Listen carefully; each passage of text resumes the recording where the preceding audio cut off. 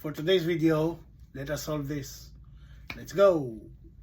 The problem says 2/5 of a number is 28. What is 5 more twice the number? So we let x be the number. And then from this sentence, 2/5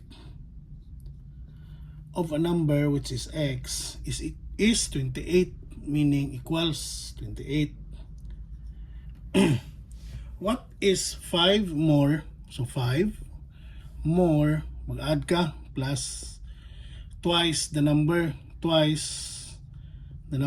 x. So karon na to dyan sulbon.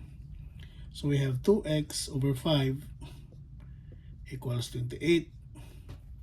So ito dyan i-multiply both sides by 5. Kaya para 2x na lang may mahibilin. So cancel ni. 2x equals 28 times 5. That would be 28 times 5. 128 times 5. Pila man na? 100 plus 40. So that is 140.